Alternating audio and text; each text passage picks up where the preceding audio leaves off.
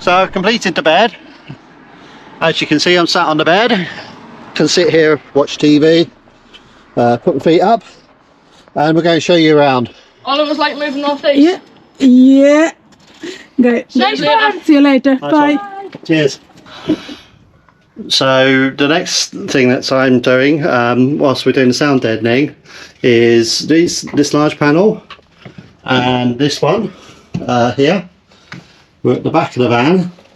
It's where the bed's going, so we're going to be laying across here, and what we want to do is put the insulation as thin as possible here, because I'm very tall and it's going to be at the end of the mattress, so a few centimetres extra means a lot when you're a tall person laying in a bed. It just means that you can stretch out your toes a bit more.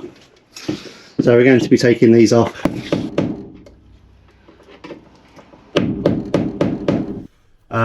We're going to put a different type of vinyl here and on here. A little bit thicker. And we're going to frame those in. The way we're going to do that is we're giving it a bit of fault, and we're going to put a frame around the edge of it, these three sides, and then we're going to screw the frame in, and it's going to have an inset and then the backboard on the frame. Backboard and the thick vinyl on there.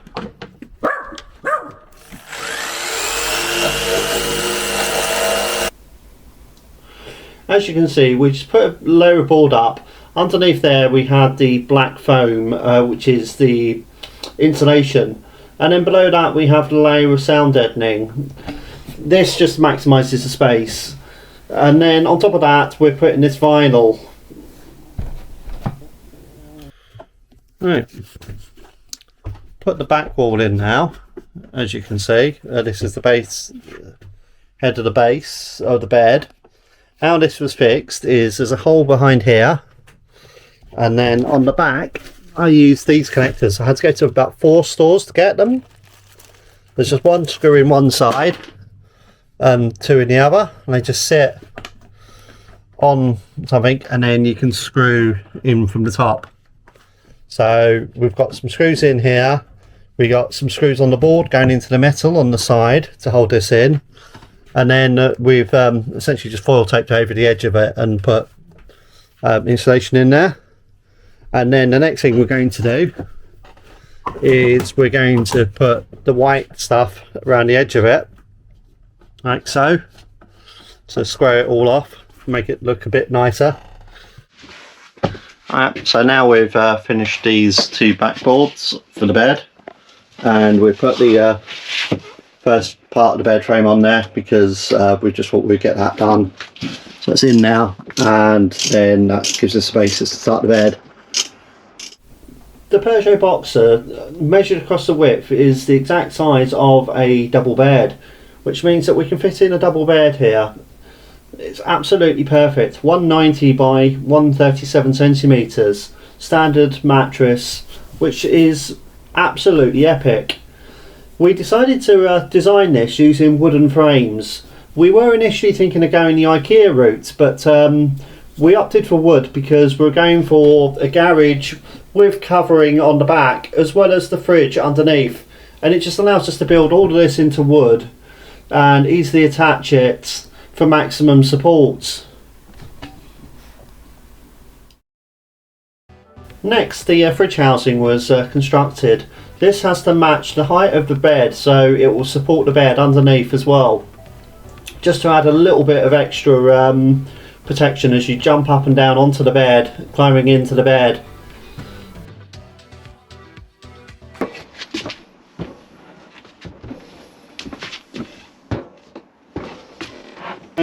I'm using my master carpentry skills,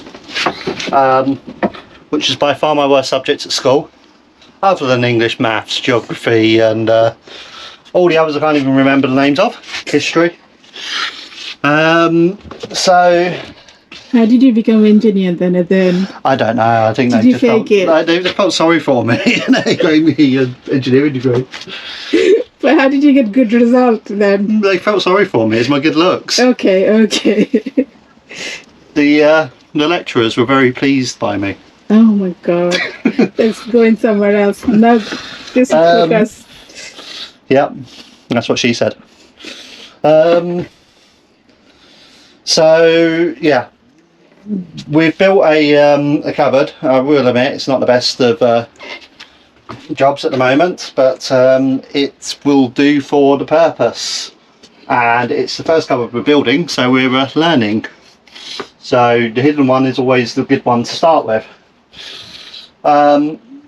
So we've got the cupboard in. It's underneath this beam. What we'll do is we will screw the beam into. We'll screw the cupboard into the beam in order to stop the cupboard moving, and then we'll screw the fridge into the cupboard to stop the fridge moving. Might also put a couple of little downy feet inside and screw it to the base, just at the back. We've made the cupboard slightly bigger than the fridge to enable maximum airflow, and we're going to drill some big holes in the back. We'll take the fridge out before we do that, as not to drill through the fridge.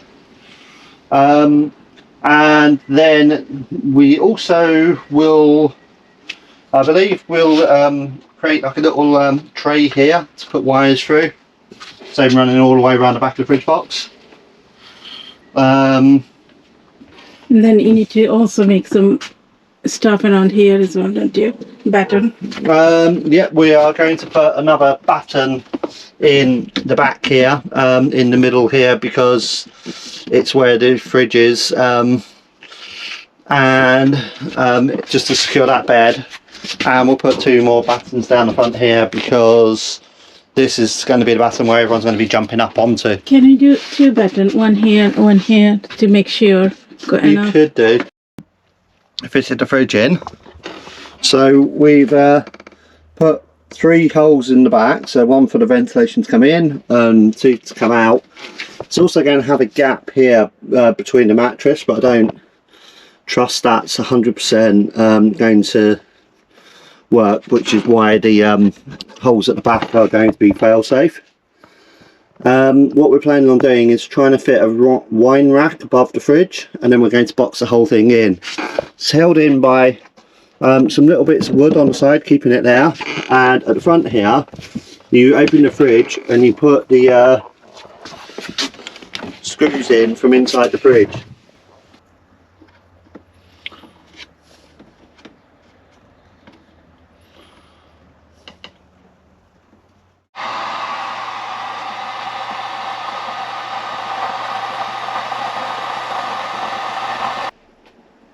And you can hear it whirring away, possibly on the camera.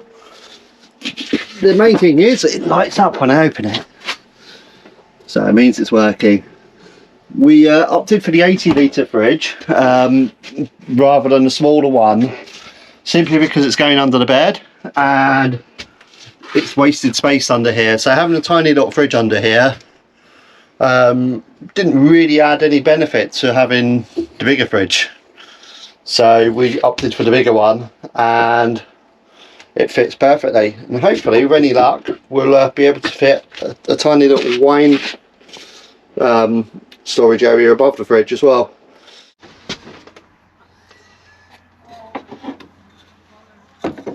That's going there. That's going there.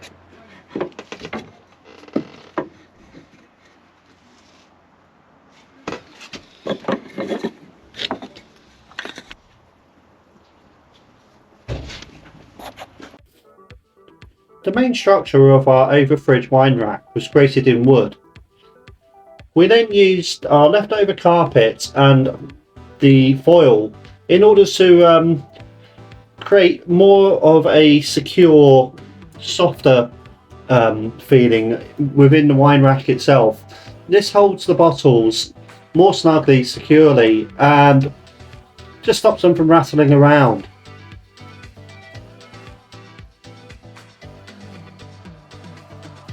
Firstly, we put the carpet on the bottom with a layer of foil.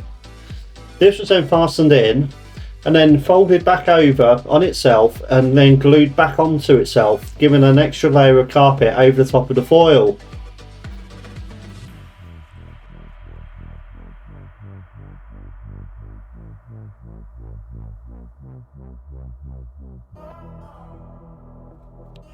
The holes were then recut out, and all the extra carpet material from those holes is folded back up and over itself within the back.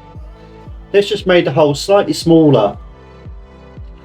Everything was then trimmed back and made to be much more tidy.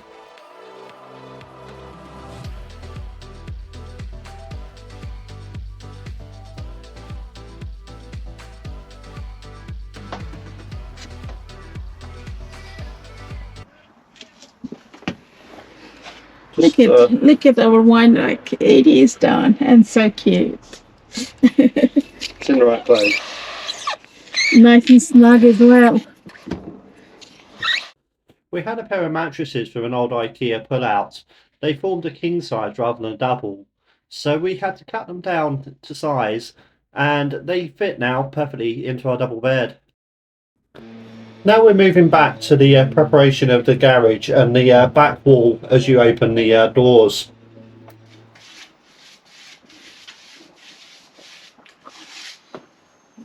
What's this proof that I do the decorative stuff as well? Proof that I actually pick up a paintbrush occasionally as well. As a quick simple fix to hide all of my dodgy work, the simple solution was to apply some cladding to the back walls. We simply bought a pack of cladding, sanded them down, and then once all sanded down we painted them white, which was the same colour as our furniture. This gave quite a nice look and feel to the back of the van.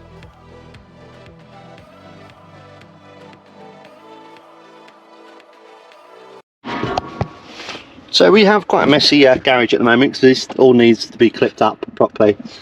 Those blue pipes are the water pipes. They come up over the top and into the back of here, which is a shower unit. We have the shower. Yeah, so this shower nozzle goes straight into here, and we can turn that on, and we have hot and cold water on the shower, so we can have a nice warm shower. So the idea of this laundry basket is it opens from the side, and then we can grab them out, throw them in the wash. So all of the smelly socks and smelly pants can go in there. Not that I ever have smelly feet, never. We have one light switch, turn on and off lights. We got the 240 volt, 230 volt hookup over here with battery charger, soda switch, soda charger, inverter. The battery's hidden in the corner behind this wood, so we can slide stuff into the garage without having to worry. All these cables will be tidied up. Howdy guys. So we have a settee cover here, which we're going to use and chop up. So it's just a settee cover that we don't use anymore. And what we're going to do is we're going to chop this up and we're going to cover the foil that we bought. So this foil was used in the van in order to make the vapour barrier and cover the top of the insulation, just to give it that last piece of insulation so we're fully insulated. So what we're going to do is we're going to take the worst side of it and we're going to put this material on one side of the foil, and that's going to make our window covers. So then we can pop these up onto the window and it floats out the window. So there's the block out. So the first step was to cut out the correct shapes for the windows. We used two pieces of foil and we glued them together in order to make it slightly thicker and maximum insulation. Next we glued the fabric to the back of the foil. This is using the contact adhesive that was used for the carpet. The same stuff. The next part, which was rather time consuming and quite tricky, was we sewed on a strip of black satin around the edges just to give it a finishing look. Nice. Yeah, proper insulation, isn't it now? Properly insulated.